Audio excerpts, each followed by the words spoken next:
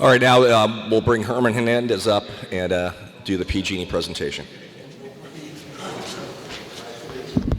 All right, good morning, Lake County. How's everybody doing today?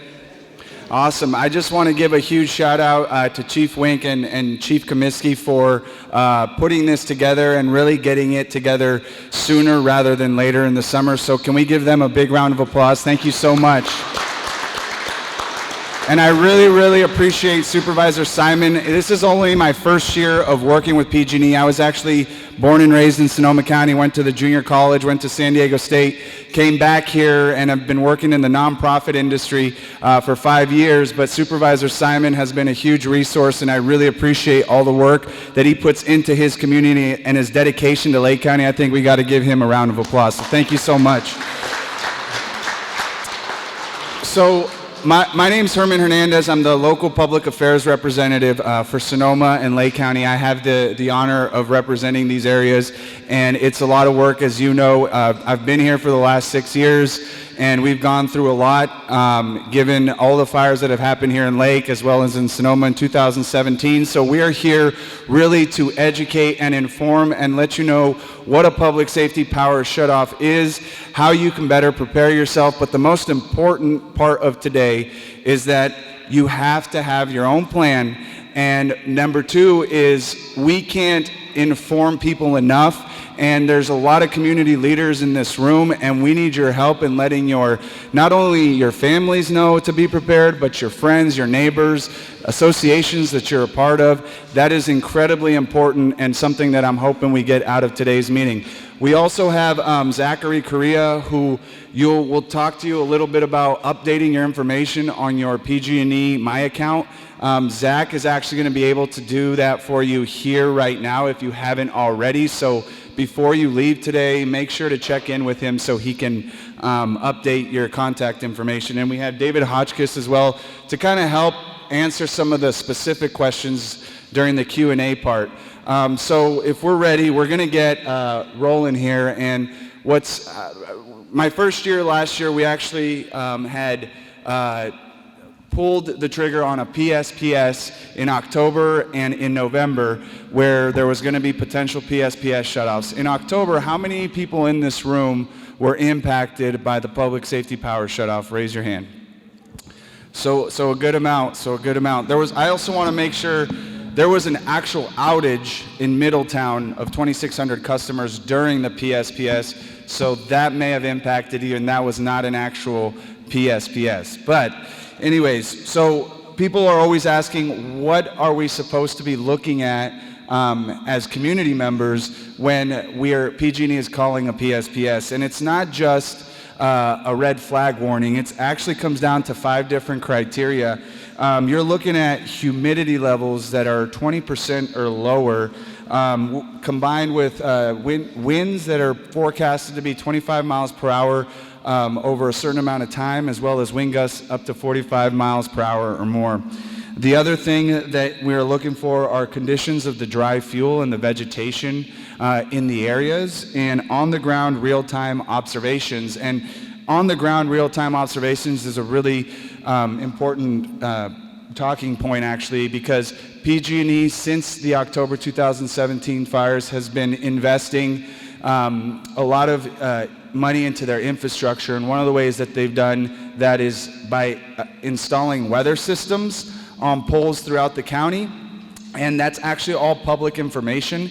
There's a website that you can get these the weather updates from these specific weather stations that were installed. There were 12 new weather stations that were installed here in Lake County, and PG&E is actually planning on installing 1,300 more throughout their service area, meaning Lake County is definitely going to be getting much more of those weather stations, and it allows us to really get the microclimates of the different areas of our service territory, so that really helps us out. People are asking, so where is all this information going to? And PG&E, after the 2000, excuse me? The website is Mezzo. I got it in the talking points. Hold on one second. Do you know the exact website for the weather stations? It's mezzo.utah.edu or something like that. But Meso West, I think it is. If you just search that in Google, it's through Utah State or University of Utah, and you can get to it. We can pull it up before We'll pull it up in a couple seconds. I actually have it as one of my bars on my Google Chrome. Do you want to walk with this thing? I could, but so let me speak on this real quick. Some of the weather stuff. Good morning, Dave Hotchkiss, PG&E, public safety specialist. I did 32 years in the fire service, Southern California, Mendocino County, and Shasta. I have a pretty good breadth or knowledge of fire history, how fires burn throughout the state, and that leads right into this and some of the fire weather concerns. Today we're under a red flag warning in Lake County and most of the northern Sacramento Valley.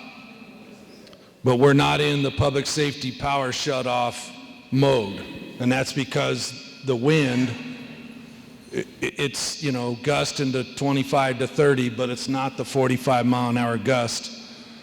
PG&E has a pretty robust meteorology department where they have 3 or 4 people that do exclusively fire weather stuff in the summer.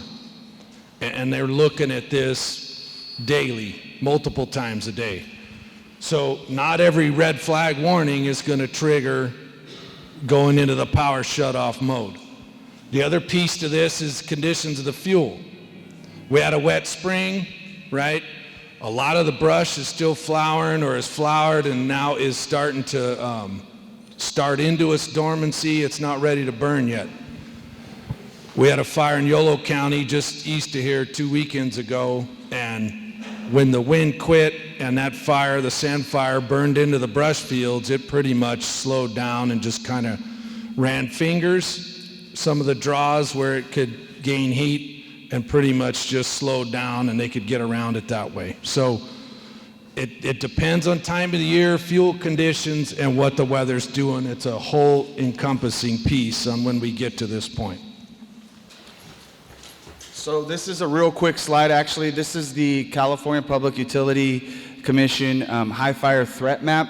And you can actually Google CPUC high fire threat map and find out if you live in a tier 2 or tier 3 fire zone, which most of Lake County customers and residents actually do live in either a tier 2 or tier 3. The most important thing about this is that when PG&E is looking at shutting down the power, they're actually looking at the lines that are going through tier 3 or tier 2 zones. And what that really actually means is that even if you don't live in a tier 2 or tier 3 zone, your power is still at risk of being shut off due to a PSPS because your electricity may be fed by a transmission or distribution line that goes through those high fire threat zones.